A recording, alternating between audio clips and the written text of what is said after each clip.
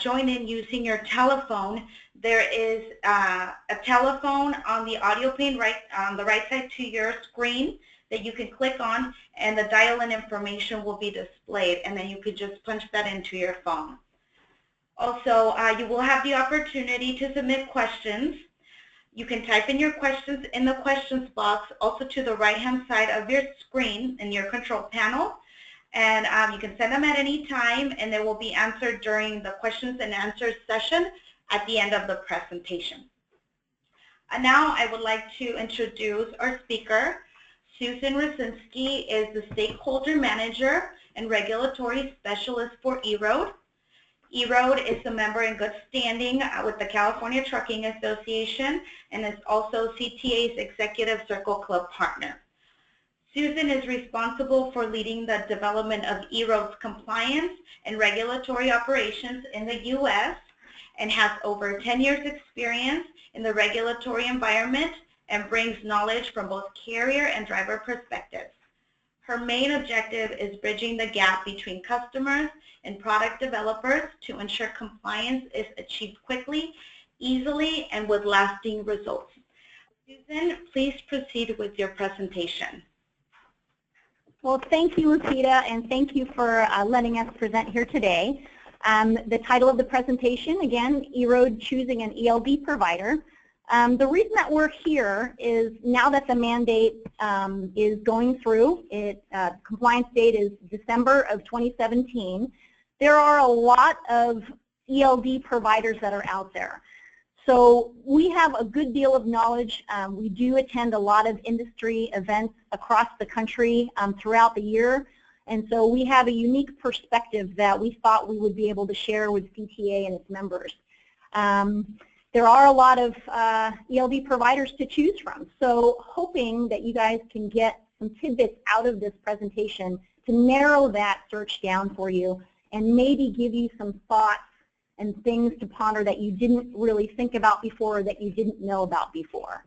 We are good members with CTA. We're Executive Circle Club partners, as Lupita did say, and we do the best that we can to support every membership that we belong to and every association we belong to. So hopefully we can provide you some good information, and here we go on our way. So choosing an ELD provider, what we will cover today. So for those of you that aren't very familiar with the mandate, we're going to do a brief overview. Like I said, it will be brief because hopefully you're already at that point where you know about the mandate, you know a little bit, and that you're just on that phase where you're looking for a provider now. So we'll do an ELD definition, we'll go over the exemptions, and we'll go over the compliance dates that you need to be aware of. Then we'll get into the meat and potatoes of the presentation, the top 5 things that you're going to consider that you should be considering when you're looking at an ELD provider. Some of those are accuracy and the reliability of the system, the safety and the security of the data and of the system itself, what type of support that you're going to need and that you should be thinking about for your drivers and for your vehicle and for the system itself, driver safety, you're collecting this data for ELD, what else can it do to help you improve safety in your organization, and then also, what else can this do for me? You're paying for the data, you have to use an ELD, but what else can you be doing so that you can increase your ROI for putting this device in your unit? We'll go over a couple of resources that you can go to, and we also have internal resources here that can help you out. And then, like Lupita said, we will have a question and answer session at the end. If we do not get to your question, please know that there's my information at the end of this presentation. Lupita has our information. Please reach out. We will try to get to everything that we can. But if you do have something, there's always after the presentation time that we're here and we're available to help you out as best that we can. Okay, so ELD. What is an ELD? An ELD stands for an electronic logging device. In Part 395.2 of the Federal Motor Carrier Safety Regulations, it means and is spelled out and defined as a device or technology that automatically records a driver's driving time and facilitates the accurate recording of the driver's hours of service. And it meets the requirements of Subpart B of that part. So it is different than an AOBRD. You might hear that term, an automatic onboard recording device. It is not the same. There are technical specifications that are different. So those are listed in the mandate. I won't get into those now. but basically what the key requirements are for an ELD or an electronic logging device. It's not necessarily a physical device, but it's more a technology platform. It has to be connected to the CMV's engine, and that's going to track vehicle movement and operation. There's certain things that are collected, like the date and the time and the location, and that's automatic. It has to be tamper resistant. Notice they don't put tamper proof here. As we all know, there is nothing that a driver can't mess with, but it has to be tamper resistant and show evidence of if the unit's been tampered with. And it also needs to allow for annotation by both the driver and the carrier to explain, to make edits, and to correct the records, other than the drive time. The drive time is automatic, and that is never going to be edited or annotated. So who needs it and who is exempt? So for you guys that are here, we're going to get through what those exemptions are pretty quickly. So all drivers that require a record of duty status must transition to ELDs by the compliance dates. Those dates we'll get to will be on the next screen. The exemptions. So let's do the simple ones first. So drivers of vehicles manufactured before model year 2000. So if you have a vehicle that's 1999 or older, you do not need to have an ELD. So drivers who conduct driveway towaway operations where the vehicle being driven is the commodity being delivered, so they're delivering the truck, that is the commodity, they are exempt from the regulations. And then your time card drivers. So your drivers that are currently using time cards, they can continue to do so unless they fall outside of the short haul exemption rules no more than 8 days in any 30-day period. So now this is a rolling, not set period, and we do get a lot of questions on this. So it's not like a calendar January 1st to the 31st February. It's a rolling 30-day period like your rolling counts that you're doing for your weekly total. So in any 30-day period, magic number is 9. If your short haul driver falls outside of those restriction requirements for short haul, in 9 days in any 30-day period, they're going to need to use an ELD. You're going to have an ELD. So if you're not already having that information and that number in your head, do my drivers go outside of the short haul exemption requirements in that much in 30 days? Start checking that out. Start looking at that. Start seeing if you do have 1, 2, 3 drivers that do meet that will need an ELD. Okay, so compliance dates and phases. So right now, we're in the awareness and transition phase.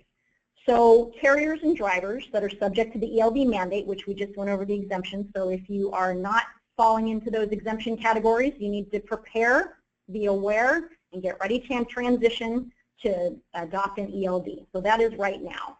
And that is until 12/18 of 17. I love that date, 12/18/17. It confuses me every time. So it's next year, not this December, but next December. So right now, until next December, we're being aware and we're transitioning into ELD. So until then, you can use paper logs, you can use electronic logging app. For drivers have that on their phones, that's considered the same as paper. An AOBR, if you already have a device that you're using to collect hours of service. If you're unsure if you're using something that's considered an AOBR or an AOBRD, call the company, call the provider that you're using and ask them. Ask them if they are qualified and considered an AOBR. And then you can use an ELD. So if you pick a company that's on their registry and they're certified and registered as an ELD provider, you can use them as well. And that's from now until 12/18/17. Phase 2 starts next December, and that's a phased-in compliance phase. Unless you're using an AOBR, you have to be using an ELD. If you're using an AOBRD, you get an extra 2 years, so that gives you till 12/16/2019 to be compliant with the ELD mandate. So everybody is going to have an ELD by December of 2019. If you're not using an AOBR, you need to have an ELD by December of next year. So those are the compliance dates and phases. And something that you guys should be aware of and think about. So it's November right now. As we know, the holidays zip through pretty quick, so November and December will be over just like that. And then here come January. Hopefully you guys have done your research and you're well on your way, because you got to think about timing and the implementation process of doing this. It's not going to be a month thing where, you know, you find somebody, you pick them out, you put them in your trucks, and you're out on the road. Your drivers need to be trained. the safety people need to be trained, your dispatchers and your office help.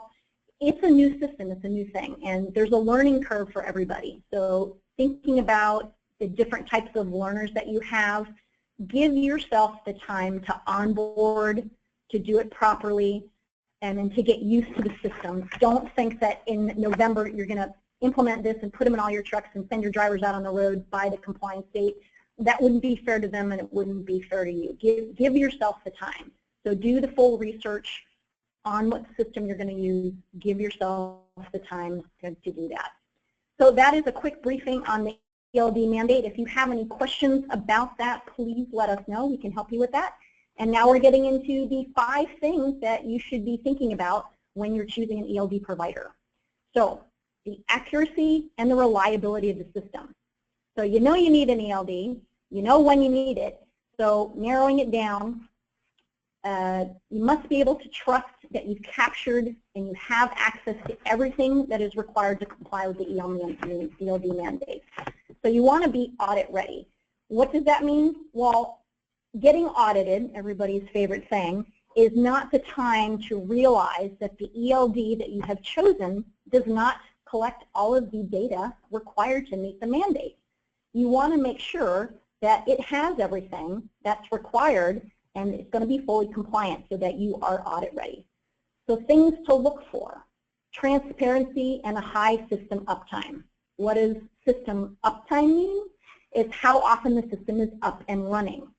So EROAD has a 99.991% uptime. So that equates to about less than 6 minutes of downtime per month. So how much is the system going to be down per month? So what you should look for is a system that is 99.9% upwards of uptime, and have it be something that you can ask when you're calling around and looking at these ELD providers that you're interested in. Ask them for what their uptime is. That gives you a good picture of what you're in for. If it has a lower uptime than that, is that really bad? Well, it just gives you a picture. It lets you know what you need to plan for. There will be times the system is down. How you're going to manage that, how your drivers are going to manage that, your dispatchers, and it's best to know ahead of time. It's actually really the best to not have a lot of downtime, but if there is some downtime, what you're going to do to manage that. If the company isn't transparent about that, something for you to think about. They do manage and they do monitor their uptime and their uptime and their downtime. So if they're not readily looking at giving you that information, just something to think about. And if they are and that number's a little bit lower than 99.99%, just be aware that you will have to manage that when the system is down. And when the system is down, you're going to have to use paper logs, and that comes in for the audit. So managing the paper and the electronic part of the system, how that will be shown and how you're going to deal with that in the organization as well. So another thing to look for is evidence of independent or additional testing or verification of the system that was conducted to assure compliance with the regulations. Now, so if the unit's accuracy has been independently verified by an independent third party or a regulator, look at what percentage minus plus that the system is accurate within. So ask for that information as well. Is the system third party certified? So the Federal Motor Carrier Safety Administration does not require independent certification to get on the registry, but some companies may choose to do that in order to make sure 100% that their system meets the ELD mandate requirements. So ask, say, are you self-certified or have you gone that extra mile? Are you third-party certified, independently certified as well? It isn't required again, but what does it say about the ELD provider that does that, that provides that independent certification, third-party certification on its own to ensure that that system is compliant? During audit time, that is something that is going to give you peace of mind, and you won't have to worry because your ELD provider has done that for you. They've done their homework to make sure they're in compliance so that you know that you're in compliance. And then another way to look at the accuracy of the data is to compare. So if you do give yourself the time, you're not going to implement the solution a month or two before, but check the system. How can you check the system? Do a pilot. Find out a couple, your final two that you're looking at that you're really interested in, run a pilot. You can put in one or two, compare them together, look at the data that you're receiving, look at how you're receiving it, the format that it's in, if it's easily readable, if it's understandable, if it's user-friendly, and if it's accurate. If it's accurate and the system's reliable. So when you use the system, you can pilot a system, you can compare. That is a great way for you to see if the system is accurate. You can compare them and look at the difference. So accuracy and reliability, trusting that that data that you're collecting is correct is number one thing to look at. So number two, getting into safety and security. And safety and security here, we're talking about data. You should own the data, and you have the right to have it stored and accessible with a high degree of security. Now, data, is this really important? Well, we often become desensitized to the data we handle in our everyday job. So it's important to see how, if that data was put into the wrong hands, it could be used. So data security and data privacy, those are important issues to think about. You have business-sensitive information that you're collecting. The ELD is collecting information about your driver, his location. It has his driver's license information in there. That is one piece of the puzzle for identity feeds that they need. What cargo, the bill of lading, what you're hauling. So these are all very sensitive information. So knowing that that data is secure and that your ELD is doing, your ELD provider is doing what it can to ensure that, gives you peace of mind so that you don't have to worry about it. So look for their security and their data privacy policies. A question for you to ask, who does this data belong to?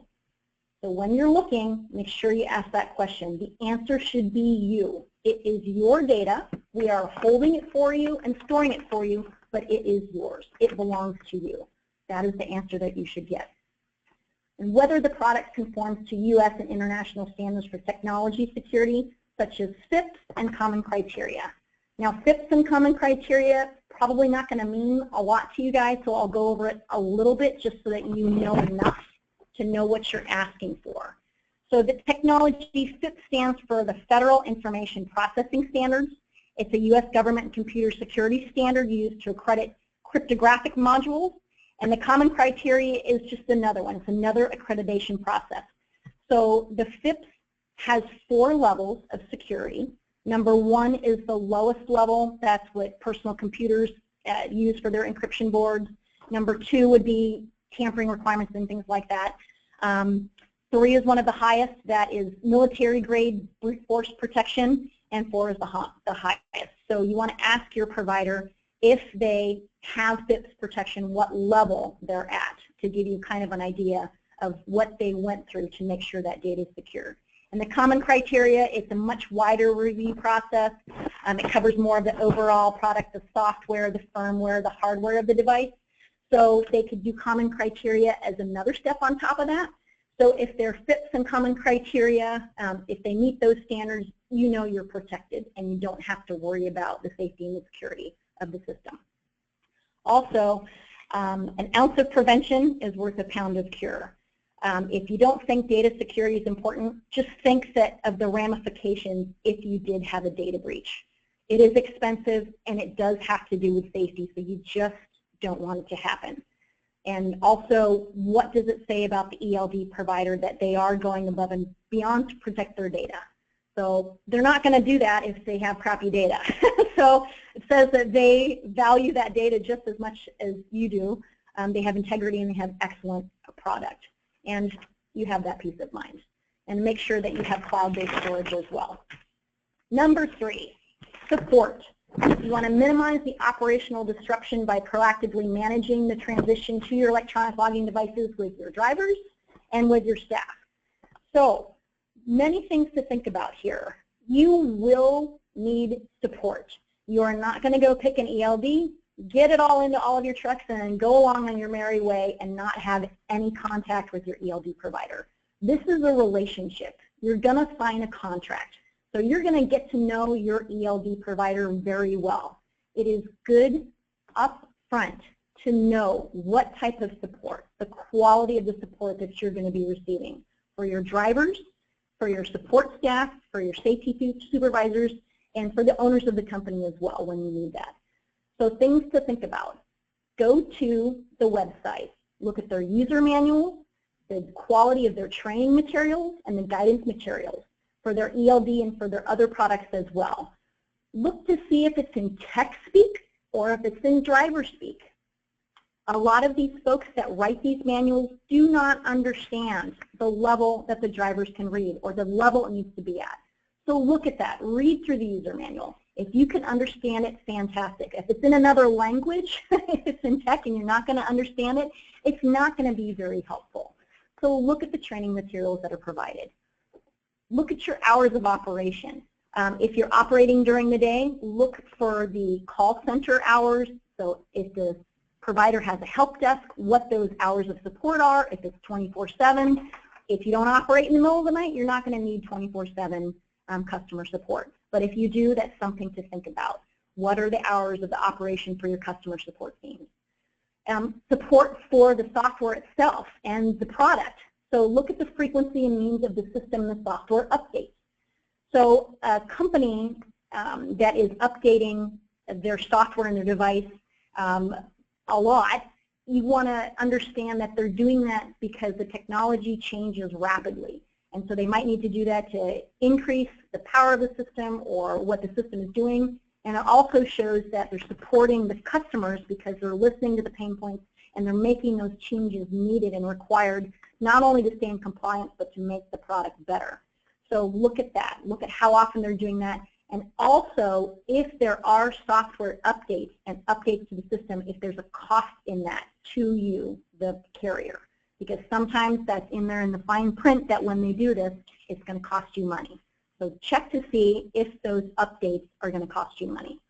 The vehicle, if it's suitable for all years, make and model, you might have a mixed fleet where you do have some trucks that are 1999 or older that aren't required to be in a mandate, but you might want to put an ELD in that vehicle. Is the technology provider that you're looking at for the ELD, can they support that? Can they support all vehicle makes, models, and years so that you can have a mixed fleet and it's going to be seamless for you in your organization? Some ELD providers can support that and some can't. So it's a good question to ask if you have a mixed fleet. Or if you have older vehicles and you still want to do the mandate because you want the support. Continued customer support and service, what that's going to look like for you. Because like I said, looking at the amount of time that you're signed into this contract, it's going to be a relationship. And so what does that look like? Do they support your business model? Do they support your business operations? One thing that I tell people to do when they're looking for an ELD provider, get online, look up these companies that you're interested in that best fit your business model, call their customer service team. Ask them questions. Get the quality of the responses.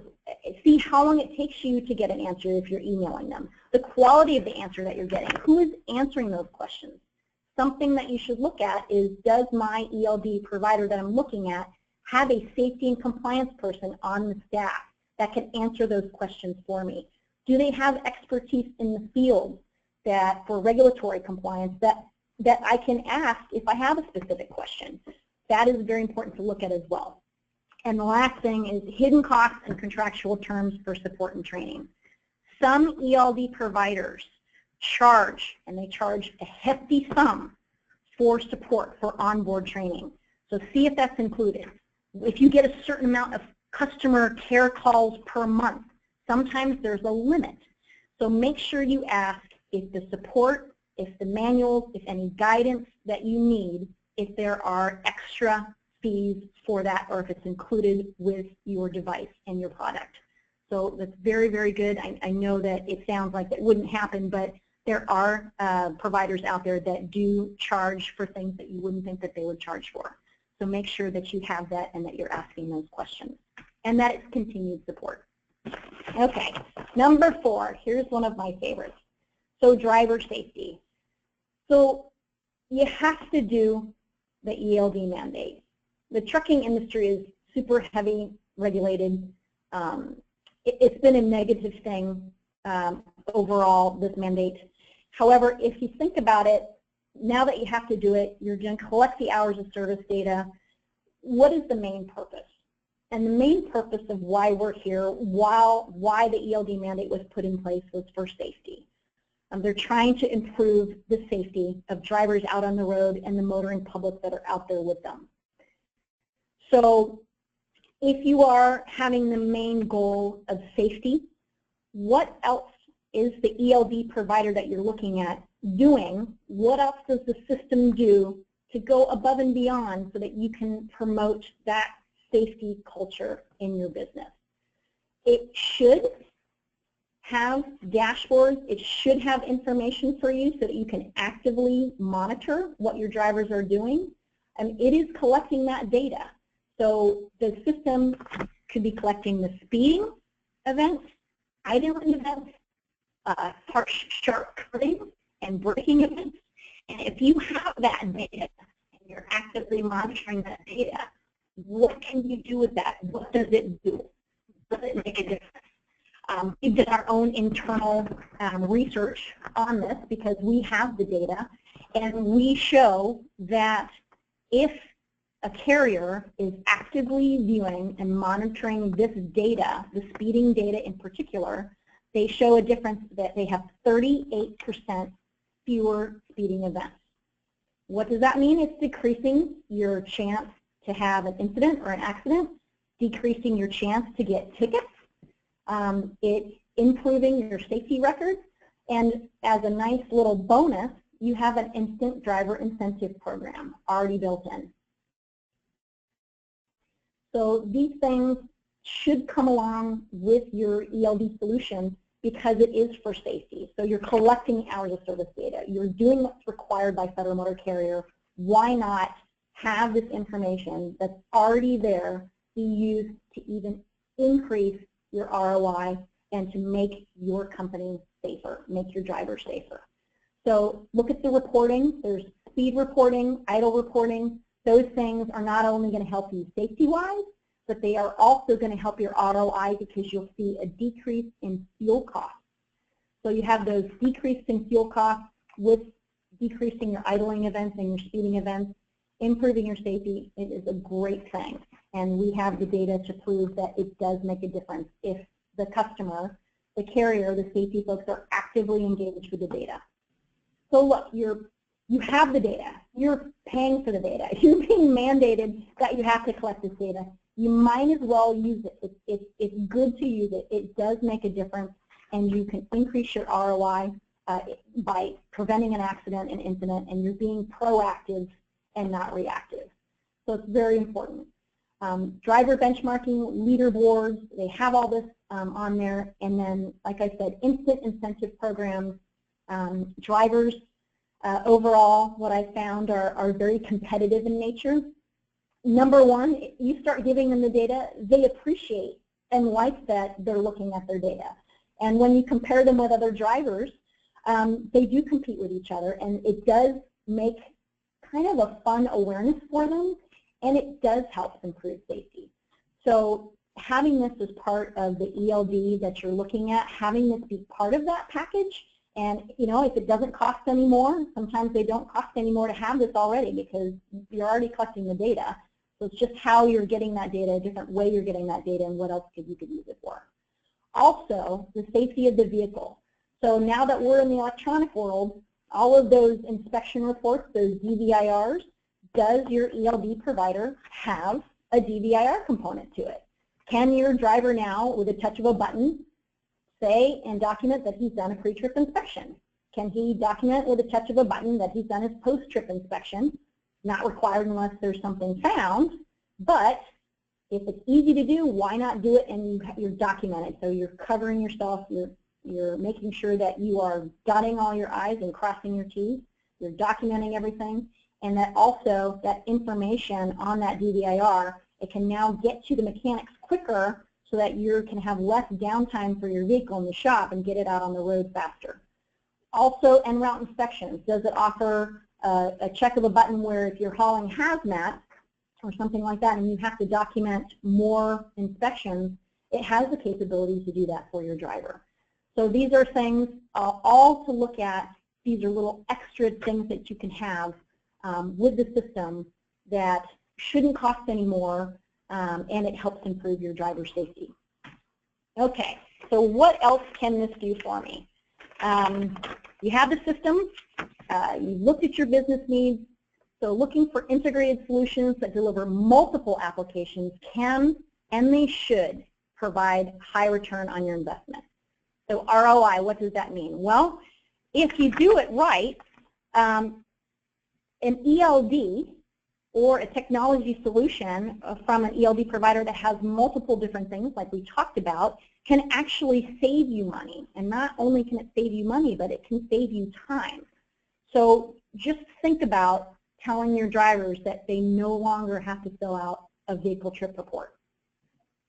So that's time right there. They can do more things. They don't have to calculate that. The data is already being collected. That's great. I already have it. It's there. That saves you time. That saves you money right there. So, and back office folks not having to do the vehicle trip records anymore, they can actually now spend that time updating all those company policies and procedures that they've had on their desk for the last few years. That's something that I had a challenge with when I worked for a trucking company. Always trying to find time to update your company policies and procedures. Well, now you can have the time to do that. So what else can it do? And can it withstand changes in policy changes in the regulatory environment? The 34-hour restart is one thing here. So does the ELD provider that you're looking at, do they understand the regulatory environment? And like I said, do they have a safety and compliance person dedicated on their staff? It speaks mounds for the technology itself and the excellence of the product. So can it do that? Is it scalable to meet growing operational demands and requirements? Data integrations and what we spoke about before about how the company is doing software updates and how often that they're doing them. Making sure that they're meeting those customer pain points and meeting the regulatory requirements in a timely manner and in an effective manner so that you don't have to worry about that. Since it's collecting all that data, think of the tax portion of it as well. So I'm collecting this information. They don't have to do the vehicle trip records. Does it do my IFTA reporting for me? Is it collecting weight mile tax information so when I have to file that, it does it automatically? Exempt miles. Does it do exempt mile reporting? If you're off-road a lot, if you're in the logging industry, if you're changing configurations a lot, does the system account for that? Does it have a way to collect that information to make those other parts of your business easier to do? So right there, you're getting quite a value for your money. And this could all be done with an ELD. So electronic logging device is already calculating that information. Ask your ELD provider that you're looking at, what else does it do? Can I do other things with it? And ask yourself, do you just want a device that meets the ELD requirements, or do you want it for the same amount of money, sometimes a little bit more, maybe a little less even? Do you want it to accomplish other things? And sometimes those other things could actually make the system pay for itself. If you have a motor vehicle accident and you can show exactly what your driver was doing, how fast he was speeding, if he was not speeding, you can either prove his innocence or it's to show that he actually did cause the accident. It will close the claim faster, keep you out of the courts, keep you on the road, and get it done with. As statistics show, the longer that a motor vehicle accident is in court, the more money that it costs. The more that is in the system, the longer that it takes to close, the more it's going to drag it out and cost you money. So think about that. If it saves you and proves your innocence with one MVA, there's your instant ROI. The system pays for itself. The safety that we talked about, all of those things. So what else? That is the big one here to think about, is what else can the system do for me? I'm paying the money, I'm mandated to do this, but what else can I squeeze out of this? And is it going to make my operations better? And is it going to make me safer? So those are the 5 things to consider. Now we're going to go through resources, and then we will have adequate amount of time for questions here at the end. The Federal Motor Carrier Safety Administration does have some good resources on their website.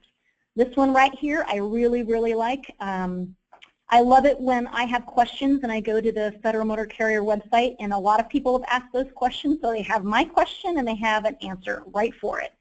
So this is what that is right here, this document. There's an electronic logging device and hours of service supporting document, FAQ. There's the link to it right there. It is a few pages, but it is very well, it's an easy read, it's in easy speak, and it may have some questions that you were thinking about asking, so that's a good document for that. I am also a big fan of checklists. So there's an ELD checklist for carriers. There's also an ELD checklist for drivers. So if you have a driver interested in knowing a little bit more about the mandate, there's a checklist in there for them as well. But for the carriers, you can go to this and it gives you things to think about. So you have that along with this PowerPoint presentation for some questions to ask, and you should be well on your way to having a good research base for looking into those many ELD providers that you have out there to look at. We do have experts here on staff to answer some regulatory and compliance questions for you. Now, I'm not a salesperson, and they're not salespeople. So anything with IFTA, IRP, weight mile tax, we have an expert named Rick Listella. His information is on here. Please feel free to reach out to him on that. Our regulatory and compliance person that we have on staff is Suna Lee. Her information is on there. She is excellent, and she gets around and has a lot of associations that she attends their events throughout the year, so she has a lot of good perspective and has gotten a lot of good information and colleagues out there that she can help you find what you need if she doesn't know it. And if you do have any salesy type questions, product information, operational information, contracts and things like that, I do have our senior salesperson on here. His name is Paul Clark. His information is there. We also have a California-based person named Joel Rogers that's available for you as well. So please reach out to us, let us know. And if you are bored out of your mind on a Friday night and you have nothing to do, there's a link to the final rule. Have at it, read it front to cover, and enjoy yourself. It will put you right to sleep, guaranteed. But if you need, just look at that electronic device, hours of service supporting documents, FAQs, that has everything on there, and then reach out to us. We are here to help. Okay, so we do have some time for some questions. So, questions. So, why are you and some of the other big technology providers not on the FMC registry yet? Well, I've got a very brutally honest answer. So why E-Road isn't on the registry right now? Well, we are just not ready. We have such strict internal testing mechanisms and requirements, and we are also at this time going through an independent third-party certification of our system through PIT Group, that we're just right now, while we can, we are taking the time to ensure that our ELD device is 100% compliant with the ELD regulatory requirements. So it's taking some time for us. We are doing our checks and balances, and we're making sure that when we do put our name on the registry, that we are self-certifying, we're independently certified, and that we'll be there well ahead of December 2017 mandate. And but we're just making sure that we're ready. Okay, another question. So what's another question? So does 100 miles or less exempt status still apply to interstate shipments? Yes. So the short haul exemption, where drivers operate within 100 air miles that keep time cards, will be exempt from the ELD, so long as the driver does not exceed that more than 8 days in any 30-day period. So if they go outside of the 12-hour time component as well per day, so if they're 12 and a half hours out on the road, if they go outside of that 100 air miles, so it's 100 for CDL drivers, 150 miles for non-CDL drivers between the 10,001 and the 26,000 pounds. If they go outside of those or outside of the time, then they will. But just think magic number 9. So any other questions? Do we have another question? Okay, we're getting to one more here. Hard to read this little box here. So how long has E-Road ELD been in operation? And when did EROAD start offering this?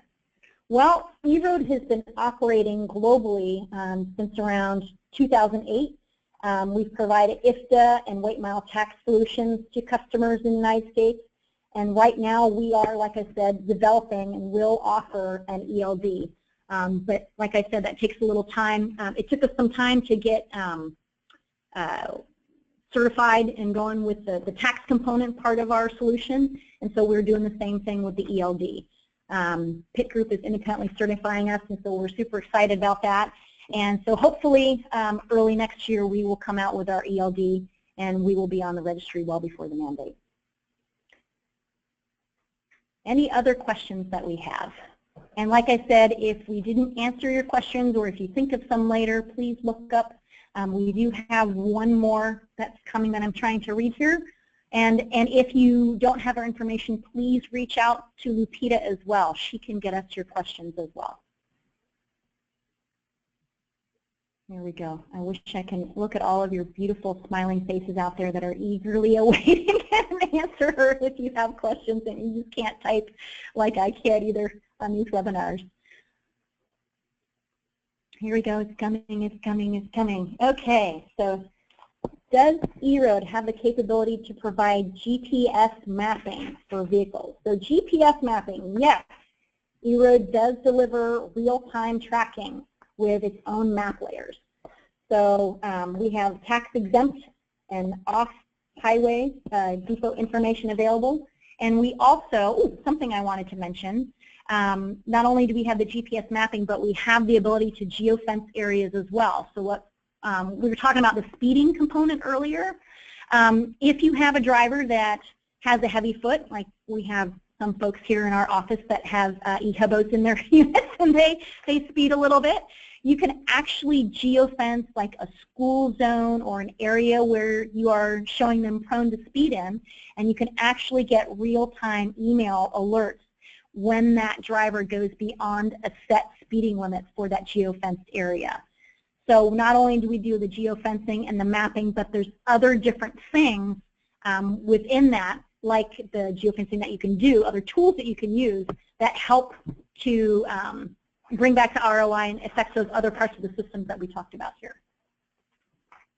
Okay, another question. Are you Android Apple capable? EROAD ELD solution is delivered on our standalone hardware, and that's called, you heard me say eHubo before. So we have an eHubo, so you don't need to be Android or Apple capable. So the ELD will actually be delivered on the eHubo hardware that is going to be hardwired to the truck through the ECM, which is required by the ELD mandate. So it means that drivers, they don't need to have another device. There's no additional data plans that are required. It makes it pretty simple. So it's a simple all-in-one solution. And that's something when you are looking at other ELD providers, please do look around. It is November, and a year and 2 months seems like it is a long way away, but it is not. So take your time. Do your due diligence. And I love these questions that you're asking of us, but make sure you ask these of other ELD providers as well.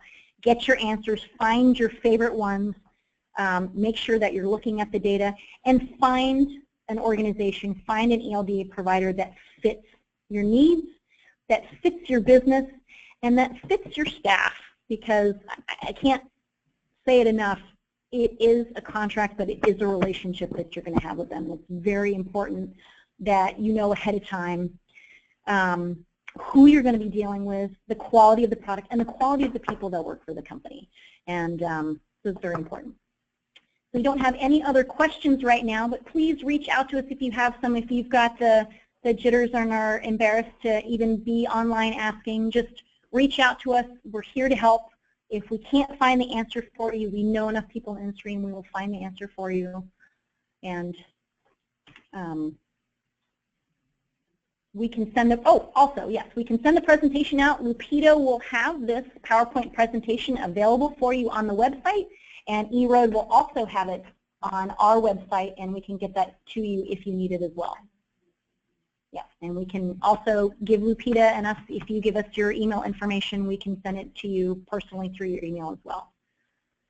and some information about E-Road coming up, but I think that's it. So Lapita, I will turn it over to you. Thank you guys so much for your time. I know it is, it takes a lot to cut out of your busy day to attend something like this, but I hope that you got a couple of things that you weren't thinking about before, and that there's also some other things that you now are armed with some information that you could fire away and be able to whittle down your choices so that you've got a couple of good choices for you and you don't feel like so strapped and stranded out there that this ELD mandate is just horrible. It actually is a good thing, and it actually can help, and it actually could save you money and increase your safety, which is what it's all about. So thank you very much. I really appreciate your time and being here. Let me know if you need anything else, and have a great day.